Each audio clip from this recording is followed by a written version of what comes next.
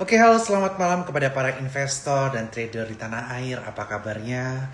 Mudah-mudahan walau market selama 2 minggu ini kurang mengenakan, tapi kita tetap percaya bahwa kedepannya mudah-mudahan akan pulih segera kondisi market Indonesia kita. Dan kembali lagi pada malam hari ini, saya Berjaya, CEO dari Sekuritas, akan memberikan market update kaitannya mengenai bagaimana proyeksi pergerakan IHSG minggu depan, serta sentimen-sentimen apakah yang perlu kita perhatikan dalam bulan Mei terutama. Dan tentunya seperti kita ketahui, saya telah menyampaikan topik pada malam hari ini adalah kaitannya mengenai Iran yang telah diperbolehkan oleh Donald Trump atau Amerika Serikat untuk mengikuti Piala Dunia 2016. Selain itu, kita akan bahas pula kaitannya mengenai defisit fiskal anggaran Republik Indonesia yang mencapai 0,93% atau kurang lebih di kisaran 240 triliun rupiah di Q1 2026. Dan bagaimana pengaruhnya terhadap rupiah yang telah tembus 17.300 serta terutama ke IHSG. Nah, malam ini kita akan bahas secara mendetail kaitan dengan hal tersebut. Tapi sebelumnya saya mengingatkan buat teman-teman sekalian yang belum menjadi nasabah Sekuritas, jangan lupa untuk buka rekening Sekuritas di onboarding.sekuritas.com atau di link bio saya. Dan tentu saja di tanggal 23 Mei nanti ada event, yang mana event ini akan mengundang 17 edukator saham top di Indonesia yang diselenggarakan oleh Sekuritas, yaitu Stock IDO Festival 2026. Lokasinya di pusat kota, yaitu di SCBD. Kita akan bahas makroekonomi, kemudian sektor-sektor yang menarik, hingga saham-saham yang bisa kita perhatikan di tahun 2026 ini hanya di Stock IDO Festival 2026. Dan teman-teman bisa join dengan klik link bio di profile saya. Oke. Dan saat ini kita akan bahas terlebih dahulu kaitan kondisi IHSG pada minggu yang lalu. Untuk IHSG pada perdagangan minggu yang lalu, kita bisa melihat bahwa terjadi penurunan cukup signifikan, di mana minggu yang lalu dibuka di area 7378,606 dan ditutup di angka 6956,804, atau penurunannya kurang lebih di kisaran area sekitar 6-7% dalam 1 minggu terakhir. Dan tentu saja di minggu yang lalu, dalam 4 hari perdagangan, 3 hari berada di zona merah dan 1 hari di zona hijau, dan penurunannya berada di angka minus 5,72%. Dan yang perlu kita perhatikan adalah dalam 1 minggu kemarin, asing melakukan aktivitas net sell di kisaran area 8,56 triliun rupiah dalam 1 minggu. Dan hari Kamis kemarin, asing masih melakukan aktivitas sell off sebesar 1,49 triliun rupiah. Dan year to date, asing masih turun atau melakukan aktivitas sell off di kisaran area 48,38 triliun rupiah, atau kurang lebih di angka 3 miliar USD. Dan aktivitas selling masif ini masih terus dilakukan oleh asing, dikarenakan mengapa? Karena currency kita yang minggu lalu mengalami pelemahan cukup signifikan, di mana pelemahan kita mencapai hingga $1 di 17.328 rupiah, atau mengalami penurunan sebenarnya dalam 1 minggu nggak gitu kencang, yaitu di angka 0,66%. Tetapi investor nervous karena ini IHSG atau rupiah udah all time low-nya terhadap dolar, bisa menyentuh area 17.328 di closing. Nah, nanti kita akan jelaskan kenapa rupiah ini bisa mengalami penurunan cukup signifikan dan sentimen apa yang perlu kita perhatikan di minggu yang akan datang. Oke, sebelum saya masuk ke kondisi makro, saya akan bahas kaitan mengenai technical IHSG terlebih dahulu. IHSG minggu yang lalu sempat menjebol area support yang cukup kuat, yaitu di area 6917. Tetapi setelah menjebol area 6917, ada aktivitas buying yang cukup kuat di sesi kedua, sehingga IHSG bisa ditutup di angka 6956,804. Nah, perhatikan area-area support selanjutnya yang perlu diperhatikan adalah di area 6917 dan di area 6829. Akan tetapi, besok jika IHSG menembus area 7108, ini menandakan bahwa breakdown support di area 697 kemarin itu adalah false breakdown, yaitu false breakdown area 7022 dan 6917. Sehingga jika berhasil menembus 7108 titik kunci pada minggu yang akan datang. Ada potensi ke 7184, 7312 dan 7451. Ini area penting IHSG yang perlu kita perhatikan untuk minggu yang akan datang, yaitu 7108. Kalau tembus 7108, potensi 7184, 7312 dan 7451. Tetapi sebelum nanti kita bahas teknis kaitan mengenai technical, saya akan bahas dulu terhadap kaitan mengenai fundamental Indonesia berdasarkan informasi yang kita terima pada minggu yang lalu. Jadi kaitan mengenai APBN Indonesia yang menjadi concern banyak investor global atau investor asing di Indonesia. Kita melihat bahwa dua lembaga rating yaitu Moody's dan juga Fitch telah menurunkan outlook Indonesia dari stable ke negatif. Mengapa demikian? Ini disebabkan karena dua hal. Yang pertama adalah kaitan mengenai fiskal kita. Dan yang kedua adalah kaitan mengenai ketetapan hukum di Indonesia. Kaitan mengenai fiskal yang disoroti oleh asing adalah bagaimana pemerintah kita bisa mengolah anggaran kita dengan baik dan bijaksana. Dengan tetap mematuhi aturan yaitu UU Keuangan Negara atau Undang-Undang Keuangan Negara yang mana defisit fiskal maksimal di angka minus 3%. Nah, pada rilis report Q1 2026 kita bisa melihat bahwa APBN kita itu udah defisit di angka minus 0,93%. Dan jika disetahunkan, bagaimana? Jika disetahunkan, ini kurang lebih bisa mencapai 3,6% lebih defisit fiskalnya. Nah, ini yang ditakutkan oleh investor. Jika pemerintah kita tidak bisa melakukan atau manage anggaran dengan baik di Q2, Q3, Q4, ini bisa menjadi hal yang perlu diwaspadai. Karena tentu saja yang kita takutkan adalah asing atau lembaga-lembaga rating tersebut menurunkan bukan hanya outlook kita, tapi menurunkan rating kita. Itu yang kita takutkan. That's why pemerintah dalam hal ini perlu berbenah dalam melakukan efisiensi anggaran supaya defisit fiskal bisa dijaga minus 3% hingga penghujung tahun 2026.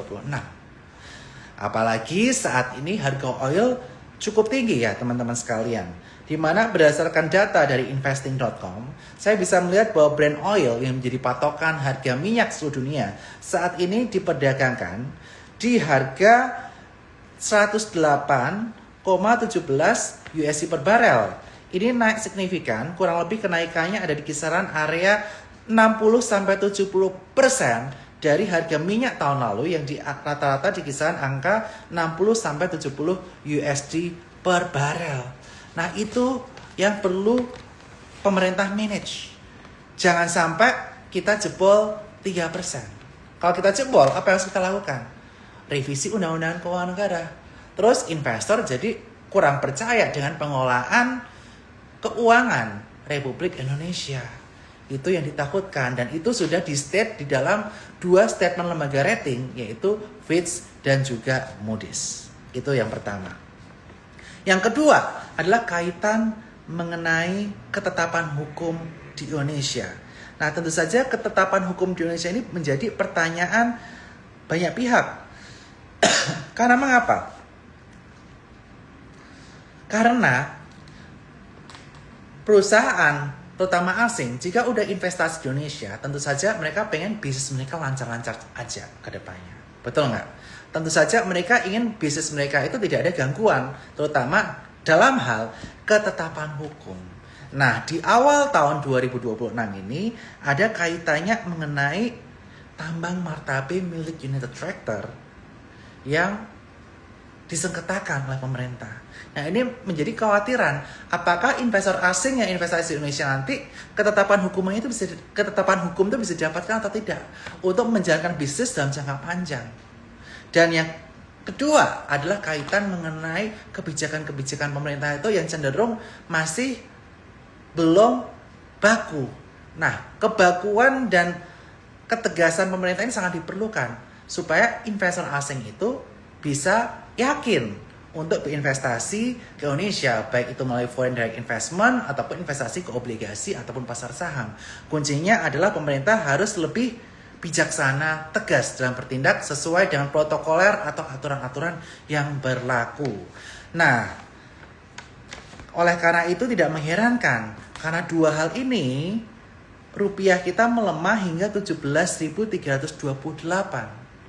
Karena ada kekhawatiran mengenai fiskal dan ketetapan hukum Indonesia, sehingga tentu saja berdampak investor asing yang nggak masuk malah keluar, dan keluarnya ini mengakibatkan IHSG turun, yield obligasi kita juga menurun. Tentu saja ini yang ditakutkan oleh investor asing pada keluar, sehingga tentu saja ini mengakibatkan penurunan indeks-indeks tersebut. Nah, ini aku mau cek juga berapa bond yield 10 tahun Indonesia saat ini udah di angka berapa. Nah, bond yield 10 tahun Indonesia saat ini itu di kisaran 6,829. Sempat hampir menyentuh 7%. Nah, ini angka 7% itu angka krusial. Jangan sampai bond yield 10 tahun kita tuh bisa tembus 7%. Karena kalau tembus 7%, ini bisa mengakibatkan kekhawatiran pasar. Itu yang perlu kita perhatikan ya. Terakhir di angka 6,829. Oke, jadi itu kaitan mengenai domestik yang perlu kita perhatikan. Mudah-mudahan pemerintah bisa memberikan statement ketegasan, memberikan statement untuk meyakinkan investor baik asing atau maupun lokal bahwa ada kepastian kaitan mengenai mereka akan mengelola dengan baik, melakukan efisiensi dengan cara apapun, itu perlu ada ketegasan. Dan yang kedua adalah ketegasan kaitan ketetapan hukum di Indonesia, kaitannya mengenai keberlangsungan bisnis investor-investor asing tersebut. Nah, kemudian kaitan mengenai US Iran bagaimana? Masih perlu kita takuti atau enggak? Nah, kalau kita melihat berbagai indeks luar negeri, mulai dari Korea, kemudian Nikkei di Jepang, dan S&P 500. Di sini kita bisa melihat bahwa indeks-indeks tersebut mencatatkan area all time high. Artinya apa? Apa yang terjadi di US dan Iran sudah tidak berpengaruh kepada indeks tersebut. Apalagi Amerika Serikat sudah menegaskan adanya gencatan senjata antara US dan Iran hingga batas waktu yang tidak ditentukan. Walaupun Selat Hormuz masih diblokade oleh Amerika Serikat, karena Amerika Serikat masih nggak mau kalau Iran ngenain biaya keamanan buat kapal yang lewat pelabuhan Iran. Tetapi gencatan senjata ini terlihat udah mulai melandai. Artinya ketegangan atau panasnya hubungan antara dua negara ini itu udah baik-baik saja. Dan ini sesuai prediksi saya di awal, di mana perang ini panas-panasnya paling lambat 2 bulan lah. Habis itu udah melandai. Dan ini sangat sesuai sekali. Dan tetapi mengapa Indonesia mengalami penurunan cukup signifikan? Tadi saya jelaskan di faktor yang pertama, kaitan mengenai fiskal dan juga kaitan mengenai ketetapan hukum di Indonesia yang harus lebih baik lagi. Karena itu yang menjadi catatan dari dua lembaga rating, yaitu Moody's dan juga Fitch ya. Nah, kemudian ada kabar baik lagi nih. Kabar baik lagi adalah Donald Trump, Presiden Amerika Serikat, sudah memperbolehkan Iran untuk mengikuti Piala Dunia 2026 di Amerika Serikat. Artinya apa? Artinya ya dia udah nggak ada hard feeling lagi dengan Iran secara implisit ya. Dan tentu saja dia udah mendapatkan apa yang dia inginkan. Ya ini apa? Ya ini orang-orang atau negara-negara itu kontrak minyak dengan Amerika Serikat, termasuk Indonesia dan negara-negara sekutunya. Sehingga tentu saja yang diinginkan Amerika udah tercapai, ya udahlah. Kita berdamai, tinggal nanti masalah negosiasi antara Iran dan Amerika Serikat, dan Iran pun udah mengajukan proposal ke Amerika Serikat. Kira-kira nanti proposalnya seperti apa supaya kita damai. Itu sudah diajukan oleh Iran. Iran juga udah merendahkan diri untuk berdamai dengan Amerika Serikat. Jadi konflik ini harusnya tidak berkepanjangan dan tidak berdampak signifikan terhadap market lagi. Tetapi yang perlu diperhatikan adalah pengaruh di blokade-nya Selat Hormuz tersebut, di mana saat ini oil masih bertahan di atas 100 USD per barel. Artinya ini naik di kisaran area 50-60% dari harga average tahun lalu. Terus dampaknya apa kalau adanya kenaikan minyak ini? Dampaknya adalah adanya inflasi di berbagai belahan dunia, termasuk Indonesia, Yang tentu saja ini harus mengakibatkan pemerintah-pemerintah di berbagai belahan dunia itu mengetatkan ikat pinggang dalam hal anggaran. Karena itu akan mengubah asumsi harga minyak di APBN mereka. Selain itu, dengan naiknya biaya minyak, ini akan mengakibatkan naiknya biaya transportasi, mulai dari pesawat, aftur, kemudian biaya kendaraan, dan lain sebagainya. Dan juga oil sebagai bahan baku dari petrochemical, ini bisa berdampak kepada naiknya harga-harga turunan dari plastik, turunan dari minyak, seperti plastik, packaging. Ini bisa mengakibatkan naiknya biaya harga-harga consumer goods. Karena consumer goods seperti ini kan butuh plastik, betul nggak?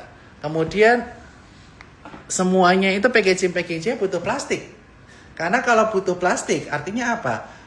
Biaya produksi dari consumer goods itu naik, harga consumer goods naik, inflasi terjadi. Padahal belum tentu diikuti dengan kenaikan taraf hidup oleh masyarakat, sehingga potensially daya beli mengalami penurunan. Nah, itu yang ditakutkan ke depannya. Ya, ini kaitan mengenai inflasi yang tidak terkendali. Apalagi kalau di Indonesia inflasi ini bisa semakin buruk jika misalnya harga kurs kita ini bisa terus melemah. Ini akan menjadi suatu hal yang kontraproduktif untuk perekonomian Indonesia. Udah tadi APBN berpotensi tembus 3%, kemudian takutnya nanti ini berdampak terhadap rating atau rating yang turun dari lembaga-lembaga seperti Fitch maupun Moody's ataupun S&P bahkan, dan juga daya beli masyarakat kita belum naik, ada inflasi. Nah, itu yang bisa diperhatikan secara fundamental. Walaupun saya masih sangat berharap kepada pemerintahan Bapak Prabowo Subianto untuk bisa memprioritaskan anggaran dengan baik, sehingga ini bisa berdampak positif terhadap pertumbuhan ekonomi Indonesia seperti yang dicanangkan oleh Bapak Prabowo Subianto, bisa 8% pertumbuhan ekonomi dalam 5 tahun kepemimpinan beliau. Itu yang kita harapkan. Oke. Nah, lalu kaitan mengenai ISG bagaimana? Saya sudah sampaikan tadi. Dari sentimen-sentimen asing yang perlu kita perhatikan, mulai dari sentimen perang US-Iran, kemudian harga minyak berkepanjangan, kemudian kaitan mengenai fiskal. Kemudian sebelumnya, minggu lalu udah aku bahas kaitan mengenai MSCI. Yang masih berdampak itu mana sih? Kalau kaitan mengenai perang US dan Iran, menurut saya dampaknya sangat signifikan. Ditunjukkan dengan Nikkei Korea dan juga Amerika Serikat S&P 500 yang udah mencetak rekor all-time high. Jadi kita bisa eliminasi hal ini. Apalagi tadi saya sudah sampaikan Donald Trump udah memberikan izin Iran untuk main di Amerika Serikat. Oke. Nah, sekarang kita akan fokus kepada tiga permasalahan yang perlu kita menjadi perhatian. Yakni yang pertama adalah kaitan mengenai fiskal. Ini menjadi PR dari pemerintah, Kementerian Keuangan supaya bisa menjaga di bawah 3% sesuai dengan amanat undang-undang, sehingga lembaga rating dunia Fitch, kemudian Moody's, S&P tidak menurunkan ratingnya. Outlook udah diturunkan dari stable ke negatif, tapi rating jangan sampai, karena ini akan berdampak terhadap outflow yang akan signifikan keluar Indonesia. Kemudian yang perlu kita perhatikan kedua adalah kaitan mengenai inflasi. Nah, inflasi ini bagaimana pemerintah ini bisa membalance antara supaya keuangan negara kita tetap sehat, tetapi dampak terhadap kenaikan BBM ini tidak terlalu signifikan kepada masyarakat. Saat ini pemerintah masih memberikan subsidi terhadap Pertalite, kemudian solar industri. Tetapi ini bisa tahan berapa lama supaya APBN kita nggak jebol. Nah, itu yang perlu menjadi pemikiran dari pemerintah. Dan bagaimana pemerintah tetap bisa menunjang masyarakat, terutama menengah ke bawah, supaya daya belinya bisa naik jika terjadinya inflasi ini. Ini PR yang kedua yang perlu diatasi oleh pemerintah dan yang perlu kita perhatikan juga sebagai investor. Dan yang ketiga adalah kaitannya mengenai MSCI. Kalau menurut pandangan saya, MSCI ini potentially review bulan Juni akan cukup baik. Karena proposal Indonesia yang kaitannya mengenai 4, yaitu keterbukaan data di atas 1%, kemudian klien kategori dari 9 ke 39, kemudian kaitannya mengenai free float 15% akan diblokkan 2029, kemudian kaitannya high shareholder concentration juga udah dirilis. Ini udah sesuai dengan apa yang diminta oleh MSCI. Tetapi potentially masih ada dampak di mana nanti di bulan Juni, di awal Juni ketika diumumkan konstituen yang di-remove dari MSCI di 12 Mei, potentially ada 2 saham yang di-remove, ini akan ada outflow dari IHSG. Tetapi at least kita udah tahu bahwa kejadiannya seperti apa di 1 Juni itu kita udah tahu. Jadi udah nggak mengagetkan buat para investor. Tetapi yang masih menjadi batu sandungan investor yang paling berat sebenarnya adalah kaitan mengenai fiskal, kemudian bagaimana menghadapi inflasi, dan juga bagaimana currency kita. Karena ujung-ujungnya kalau investor asing cuan di Indonesia misalnya 10%, tapi currency kita mengalami pelemahan signifikan, nah itu juga akan mengenai keuntungan investor asing tersebut, bikin mereka malas investasi di Indonesia. Dan hal ini dibuktikan bahwa asing ini seminggu terakhir ketika currency kita sedang tidak baik-baik saja, asing melakukan net sell 8,56 triliun, atau kurang lebih ini keluar sekitar 20% dari year to date yang keluarnya seminggu terakhir ini.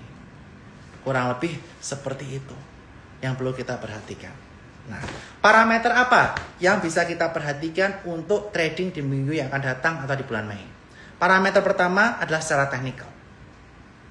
Jika IHSG besok bertahan di 6917 dan support kuat 6829, potentially dia masih sideways di arah bawah terlebih dahulu dengan range antara 6829, 6917, 7022 sampai 7108. Selama 6829 ini nggak dijebol. Jadi titik krusial IHSG di 6829, 6917. Tapi paling krusial 6829. Ini yang saya sebut berkali-kali yang nggak jebol sejak bulan Januari kemarin ketika MSCI 6829 ini belum jebol. Tetapi jika IHSG mau ada technical rebound dan kemarin hari Kamis itu false breakdown area 7022, IHSG harus tembus di area 7108. Ini menjadi kunci. Nah, misalnya nih, IHSG besok hari Senin naik breakout area 7108. Artinya dia kemarin false breakdown. Dia ada potensi naik ke 7184, 7312 dan 7451. Akan tetapi ada parameter lain yang perlu kita perhatikan. Apakah asingnya masih keluar atau enggak? Selain technical tadi. Jangan sampai asingnya itu masih keluar di lebih dari 1 T per harinya. Itu kita kalaupun breakout kita tetap harus waspada di situ. Kemudian yang perlu kita perhatikan adalah currency. Jangan sampai currency kita itu tembus lagi lebih dari 17.400 bahkan mencapai 17,5. Nah, itu bisa mengakibatkan investor-investor baik lokal maupun asing nervous trading di IHSG. Takut kalah currency kalau trading di sini. Mereka wait and see. Nah, 3 parameter tadi yang perlu kita perhatikan adalah IHSG, asing, net buy net sell, dan juga currency. Dan IHSG ini selama bertahan di area 6829, menurut pandangan saya masih sideways di bawah. Kita jaga di 6829 dan 6917 aja supportnya. Kalau turun di bawah 6829, nanti saya akan ada live mendadak jika turun di bawah 6829. Oke, sekarang setelah kita bahas kaitan mengenai IHSG, saya akan membahas mengenai sektor-sektor yang menarik. Tetapi sebelumnya saya ingin mengajak teman-teman yang belum beli tiket Stock ID Festival 2026, saya akan mengajak teman-teman untuk join. Karena lebih dari 17 edukator saham akan ngisi di sini. Termasuk senior-senior saya seperti Cicu Ai akan ada di situ untuk bahas makroekonomi. Kemudian ada Ko Bernard, Ko MY, itu lengkap di situ akan bahas materi kurang lebih 45 menit per orang yang mana materinya itu daging semua. Dan mereka itu sparring partner saya untuk berdiskusi. Nah, kemudian saya akan lanjutkan lagi. Sebelum ke portofolio, saya akan bahas sektor yang menarik untuk Indonesia. Apa sektor yang menarik untuk Indonesia? Tentu saja berdasarkan hasil diskusi saya dengan para senior-senior saya, kemudian ekonom saya, dan juga teman-teman di market. Kalau oil mengalami kenaikan cukup signifikan, selain oil yang akan mengalami kenaikan apa? Yang akan mengalami kenaikan adalah salah satunya adalah coal. Karena coal ini menjadi substitusi pengganti dari oil and gas. Oil naik, biasanya gas naik. Karena oil and gas naik, batu bara menjadi salah satu substitusi. Begitu juga komoditas-komoditas yang lain seperti nikel juga akan mengalami kenaikan. Kemudian pengganti minyak bumi di solar ada namanya biosolar P30, P50, P70.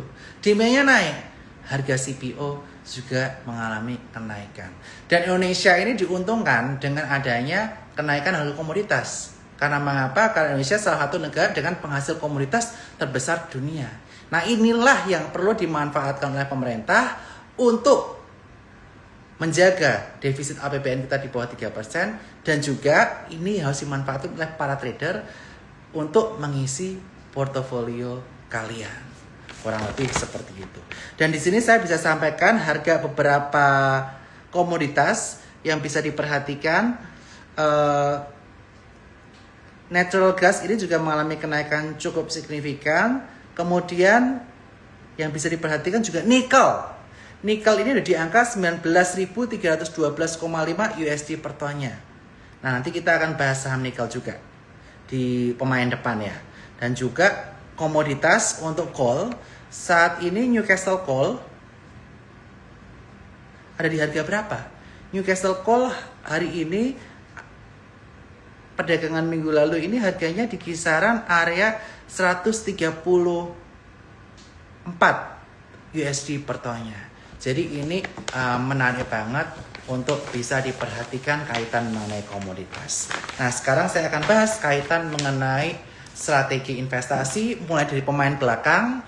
Pemain belakang itu adalah saham defensif yang jangka waktunya 1 tahun atau lebih. Ini biasanya membagikan dividen secara rutin. Sehingga misalnya harga sahamnya turun, kita masih mendapatkan dividen tiap tahunnya. Di hold panjang nggak masalah.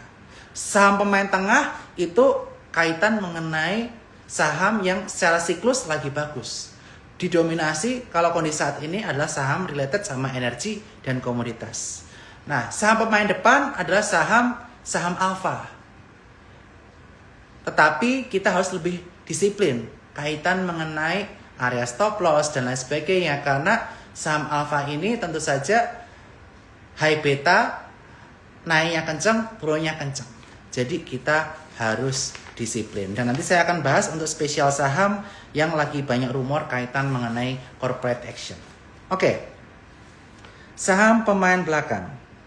Untuk bank saya sampaikan ya, yaitu BMRI ini potentially menarik. Karena mengapa? Karena dia akan membagikan dividen yang cukup besar nanti di tanggal 10 Mei 2026. Coba aku cek tanggal ya. Sorry, di tanggal 8 Mei 2026 nanti akan kumdet BMRI. Kurang lebih yieldnya kalau di harga sekarang itu ada di kisaran 8,5%. Jadi BMRI ini kalau teman-teman pegang sahamnya di hold sampai hari Senin sampai hari Jumat waktu kumdet itu akan mendapatkan dividen yield kurang lebih 8,56%. Jadi ini lebih tinggi dari bunga deposito. Dan masih ada potensi kalau bank ini kalau kita tahan jangka panjang, kita kayak beli kos-kosan lah. Beli kos-kosan kita dapat dividen tiap tahun, plus potensi upside-nya ke depannya juga masih tinggi. Kurang lebih seperti itu.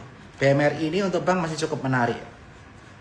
Terutama untuk teman-teman yang mengincar dividennya dan untuk jangka panjang. Kemudian pemain belakang lainnya yang bisa kita perhatikan. Kita lihat Telkom. Telkom ini biasanya payout ratio-nya di kisaran 80-90% ya. Dan Telkom ini potensi dividennya itu juga bisa lebih dari 5%. Di kisaran 5-6% per tahunnya. Dan untuk Telkom ini sendiri saat ini sedang ada di area support di kisaran area 2800 dan next support di kisaran area 2720.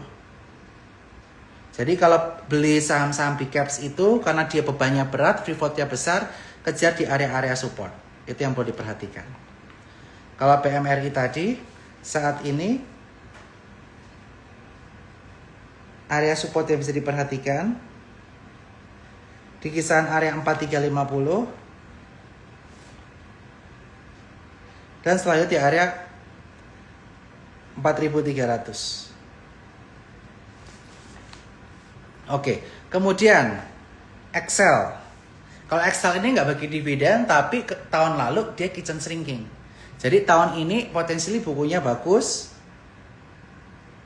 dan tahun depan potensi udah bisa membagikan dividen. Dan secara valuasi di PBV 1,79 kali, dia ini lebih kecil atau lebih murah dari Telkom, di mana PBV Telkom 2,03 kali.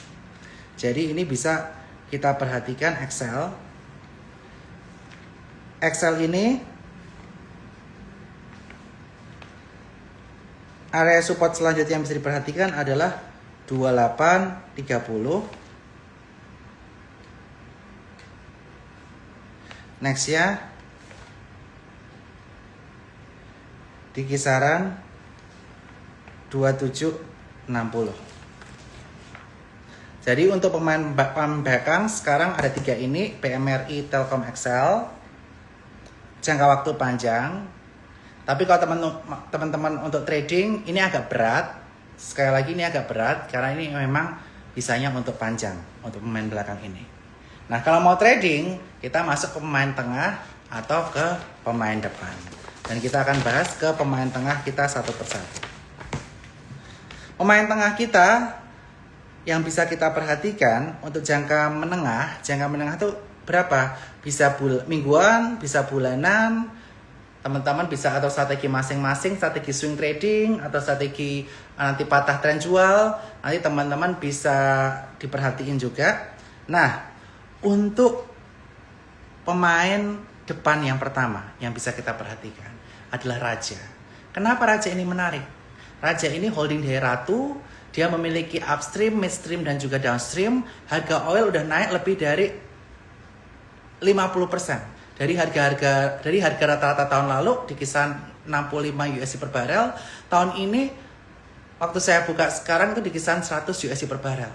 Naiknya lebih dari 50%. Ini berpotensi meningkatkan revenue bahkan net profit dari emiten Raja itu sendiri.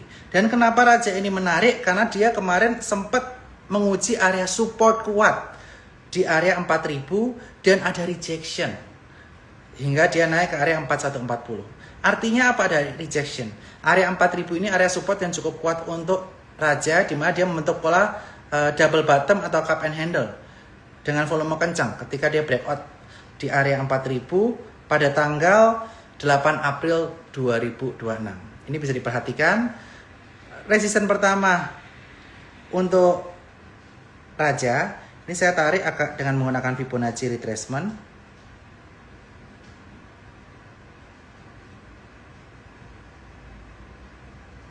Oke. Resisten pertama untuk Raja di kisaran 4410, kemudian 4750 dan di kisaran 5200. Itu untuk Raja. Nah, nanti teman-teman bisa gambar sendiri untuk Ratu ya. Dan Ratu ini lebih berpengaruh secara langsung dengan kenaikan harga oil karena dia berfokus pada bisnis upstream yang mengolah participating interest di blok-blok, mulai dari blok Jabung, blok Cepu, dan juga blok Madura. Dan untuk Ratu ini sendiri bisa kita perhatikan dia kemarin tertahan di area support 6150 dan jika dia jebol 6575 ada potensi ke 6950 dan juga di kisaran 7300. Tapi yang koreksi yang lebih dalam itu induknya ya, yaitu Ratu. Oke, kemudian yang kedua, komoditas batu bara. Nah, saya udah menyampaikan berkali-kali dari awal tahun ya. Batu bara waktu itu ada ADI, ada Indi, ada PTBA udah terbang. Yang paling lagged dalam beberapa bulan ini, beberapa minggu terakhir ini adalah Bumi. Dan bumi mulai menunjukkan tajinya teman-teman. Sekali lagi bumi kembali menunjukkan tajinya. Di mana dia berhasil rebound dari area support 220. Nah, di 220 ini dia rebound. Kemarin dia naik 4,35% ke 240. Dan jika bumi berhasil breakout area 242, jadi ada satu titik lagi ya, jika dia bertahan di atas 242 hingga closing, ada potensi ke 252 dan nextnya ke 266. Dan dari sisi laporan keuangan, kalau kita lihat kaitan yang mengenai bumi ini secara keuangan kita bisa melihat bahwa net profitnya mengalami kenaikan cukup signifikan secara Q on Q dibanding tahun 2025, yaitu 296 miliar ke 411 miliar atau mengalami kenaikan di kisaran lebih dari 30% dibanding tahun lalu. Sehingga bumi ini menarik untuk kita perhatikan. Apalagi ada berita juga bahwa bumi pada minggu yang lalu ada berita kaitannya mengenai akuisisi. Nah, akuisisi apa? Teman-teman nanti bisa baca beritanya sendiri di berita-berita ya, karena itu udah public news, sehingga nanti teman-teman juga harus belajar what happened with bumi pada minggu yang lalu. Kemudian selain bumi ada saudaranya yaitu Dewa. Dewa kemarin juga nyaris breakdown support area 486, tapi ada rejection. Jagain di area 486. Dan jika dia kembali ke area 510, ada potensi dia bisa kembali ke kisaran area 560 dan nextnya di area 590. Jadi selain grupnya Raja, ada grupnya Bumi yang bisa menjadi pemain tengah kita, yang bisa kita perhatikan. Karena secara fundamental solid, fundamental bagus, konsisten stabil, plus dia koreksinya cukup dalam. 4 itu menjadi saham pemain tengah. Prospek ke depan bagaimana? Selama harga oil masih tinggi, Raja Ratu menarik. Selama harga oil tinggi, komoditas batubara menjadi suplementari. Bumi Dewa masih cukup menarik. Itu yang bisa kita perhatikan. Oke, lanjut kita ke pemain depan.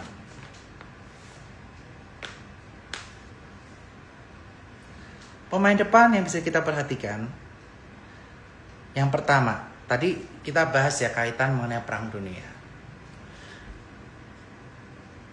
Iran udah boleh ikut Piala Dunia sama Donald Trump.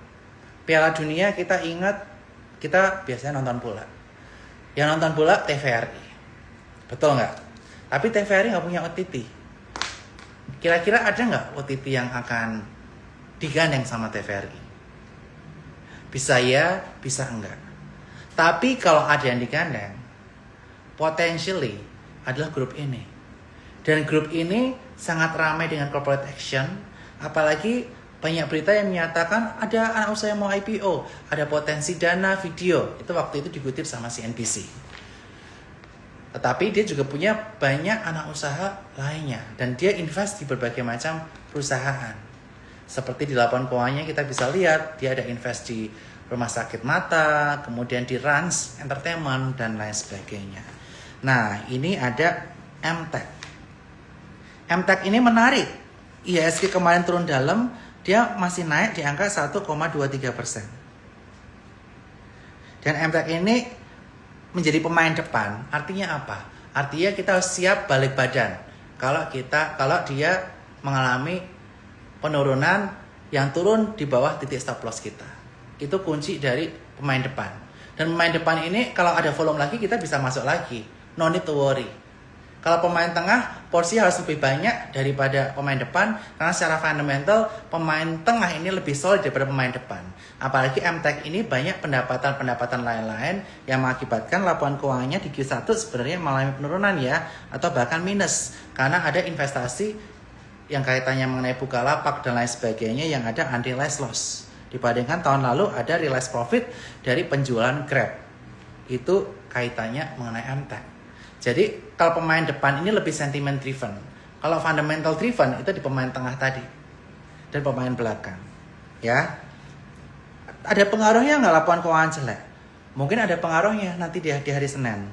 Tetapi kalau teman-teman memiliki tesis yang sama dengan saya, masih banyak corporate action ke depannya, plus potensi Piala Dunia bisa digandeng, ya teman-teman bisa perhatikan saham ini. Sekali lagi disclaimer, keputusan jual beli di tangan nasabah, saya di sini hanya memberikan edukasi dan menjadi partner brainstorming teman-teman sekalian aja. Dewa gimana? Dewa udah aku bahas tadi ya. Dewa Bumi menarik. Yang belum nonton nanti tonton replaynya ya. Oke. Untuk MTech.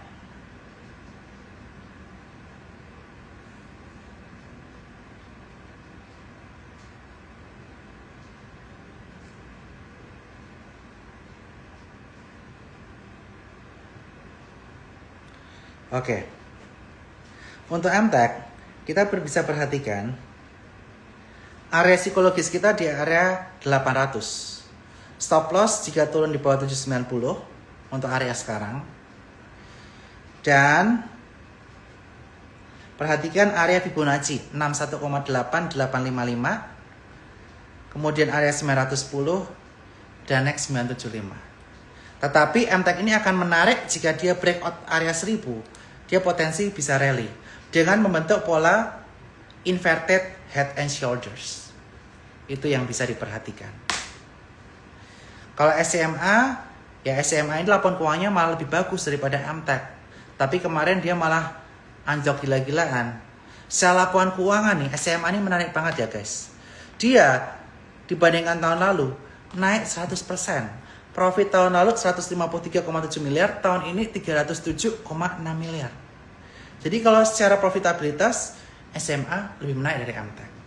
Tetapi secara volume, dia volumenya lebih tipis daripada MTech. Lebih jarang diperjualbelikan. Free floatnya lebih banyak MTech juga. Nah, SMA ini lebih berdampak langsung kaitan mengenai Piala Dunia. Tetapi kalau kaitan mengenai corporate action, biasanya yang terdampak itu induknya, yaitu MTech-nya. Nah, untuk SMA,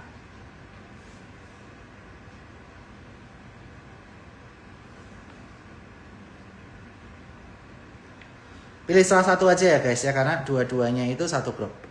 Untuk SMA, dia tertahan di area support 242.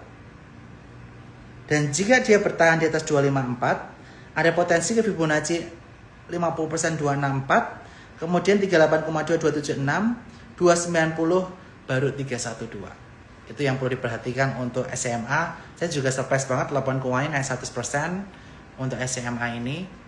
Ini bisa menjadi pendorong untuk SMA. Oke, selanjutnya pasti bertanya-tanya mengenai grup PP. Bagaimana grup PP? Grup PP yang free float-nya paling banyak itu ada di PTRO. Dan dia baru aja melakukan binding offer untuk membeli perusahaan emas di Papua Nugini. Nah, di sini kita bisa lihat bagaimana untuk si PTRO. Tapi sekali lagi disclaimer, pemain depan ini agresif, naik kencang turun kencang, disiplin stop loss. Saya udah sampaikan. PTRO kemarin dia kena area support Fibonacci 23,6% di area 4.800. Kalau dia bisa kembali ke atas 5.500, ada potensi ke 5.850, ke 6.250, dan ke kisaran 6.850. Dan ini potensi bisa tercapai jika kondisi market baik ya. Sekali lagi, semua area resistance ini bisa tercapai kalau kondisi market baik. Tadi saya udah kasih indikator apa yang perlu kita perhatikan untuk mengindikasikan market baik seperti apa. Nanti jangan lupa yang ketinggalan, tonton waktu saya tadi ngomongin soal IHSG, ngomongin soal currency, ngomongin soal net buy foreign, dan lain sebagainya. Saya udah jelasin. Oke? Nah, Pak PP, PTRO. Kemudian, pemain depan lainnya adalah kaitan mengenai saham-saham emas. Saham-saham emas ada Harta Dinata. Nah, Harta Dinata ini menarik banget. Kenapa? Di sini saya lihat emas saat ini masih stabil di kisaran area 4.600 USD per ounce-nya. Masih stabil di harga segitu. Kemudian ini yang menarik dari Harta Dinata. Net profitnya Q1 naik hampir 200%.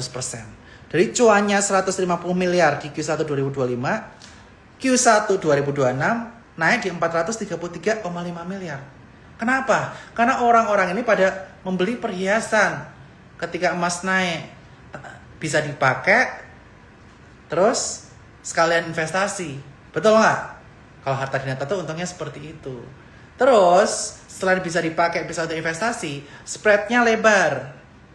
Ketika kita beli perhiasannya, itu biasanya harganya X. Tapi kalau kita jual balik, tukar tambah, itu ada pengurangan 10%. Itu yang mengakibatkan spread dari Harta Dinata itu menarik sekali. Plus, di kondisi tidak pasti seperti ini, orang banyak berbondong-bondong jual beli emas. Yang dia belinya turun, jual emas dulu. Yang pengen investasi, beli emas perhiasan. Nah, oleh karena itu, Harta Dinata net profitnya naik lebih dari 150%, hampir 200%. Dan Harta Dinata ini dia tertahan di area support 2620 kemarin. Dan jika dia bertahan di area 2750, jadi area sekarang sih kalau besok balik di 2750 harusnya bagus. Apalagi sentimen laporan keuangannya naik hampir 200%. Harta ini bagus. 2750 ini menarik. Kemudian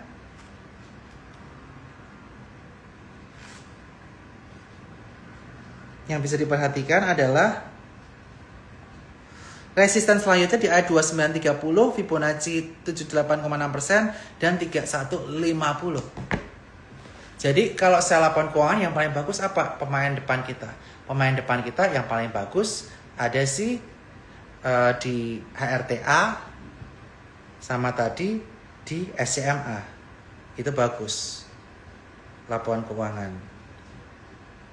Kalau PTRO ya masih so-so lah, masih segitu. Kemudian kalau Raja aku cek. Raja juga naik cukup lumayan ya di Q1, naik 30%. Kalau Ratu ada sedikit penurunan karena dia ada cost untuk akuisisi blok baru dan lain sebagainya. Nanti kita akan bahas satu persatu lebih detail, nanti kita akan ke kolom Q&A. Nah, pemain depan lainnya tadi aku udah bahas, ada kaitan mengenai Piala Dunia, Grup PP, ada Harta Dinata. Nikel gimana nih? Nah, ini kita akan mulai ke Q&A ya teman-teman ya. Saham-saham nikel. Saham-saham nikel. Ini laporan keuangannya belum pada keluar ya. Masih belum pada keluar. Kita lihat teknikalnya aja kalau gitu. MBMA sebenarnya kemarin udah menguji area support tapi ada pantulan. Terpantul dari area support 655. Jika dia tembus area 705 bisa berpotensi ke 780. Dan MBMA ini terdorong dari sentimen adanya grupnya Pak Boy Thohir yang melakukan IPO di Hong Kong, yaitu emas. Potentially nextnya MBMA. Nah, ini menarik banget. Dan waktu aku diskusi sama Ko Bernard, waktu IG Live, harga nikel udah 19.000 ke atas. Ngapain RKAB dipotong-potongin? Itu make sense. Karena dengan produksi yang udah ada sekarang aja, orang lagi berburu nikel. Karena mengapa? Kondisi geopolitik nggak stabil, bisa menjadi salah satu alternatif untuk perang. Nah, kurang lebih seperti itu. Jadi kalau nikel yang ada sentimen maling nggak tuh di sahamnya Pak Boy Thohir, yaitu MBMA. Nah, saham-saham kaitan mengenai very alpha stock lah, yang sangat-sangat alpha, yang sangat-sangat depan, yang sangat-sangat spekulatif. Minggu lalu saya udah ngomong soal BDMN ya, teman-teman ya. Dan Selamat buat teman-teman yang dapat BDMN di area dekat-dekat gapnya, di area 3840.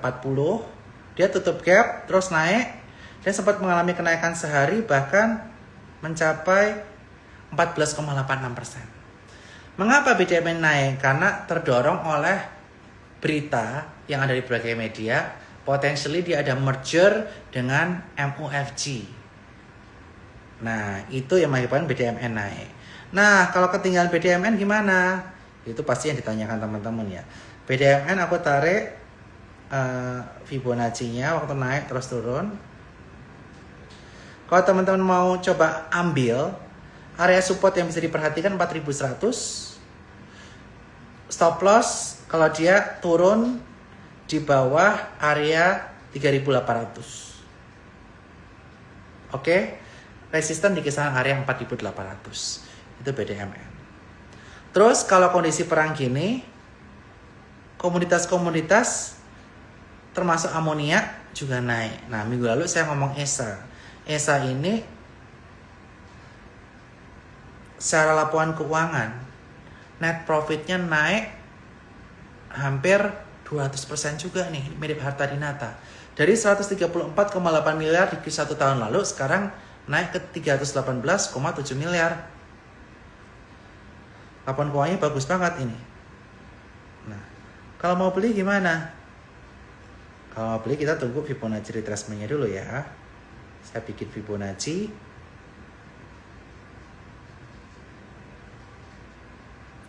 Area support di area 865. Stop loss kalau dia turun di bawah 820. Resisten di area 915 dan 995.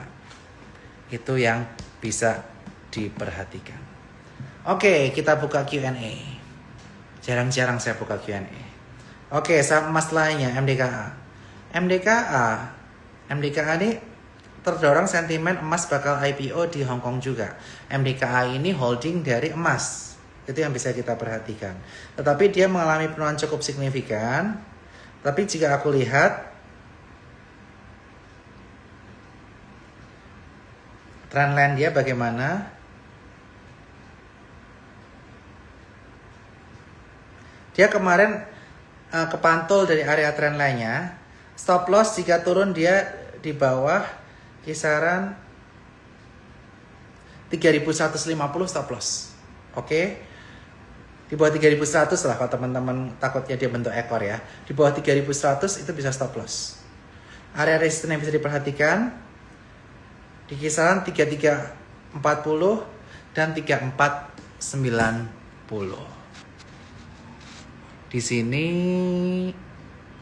oke. Nah, mungkin aku bakal bahas kaitan mengenai makro dulu sebelum aku tutup hari ini.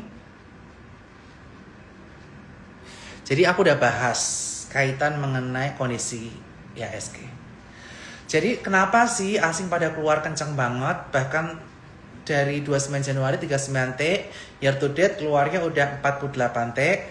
Nah, karena tadi saya udah bahas ya, kalau kaitan mengenai US Iran sebenarnya ini udah ending, udah ada gencatan senjata. Iran udah ngajuin proposal untuk damai. Kemudian Amerika Serikat Donald Trump udah kasih Iran untuk ikut Piala Dunia. Artinya apa? Perang ini udah hampir berakhir. Sesuai prediksi saya 2 bulan paling lama karena kos perang itu mahal. Yang berdampak terhadap IHSG kita itu apa? Yang berdampak pertama adalah kaitan mengenai fiskal kita.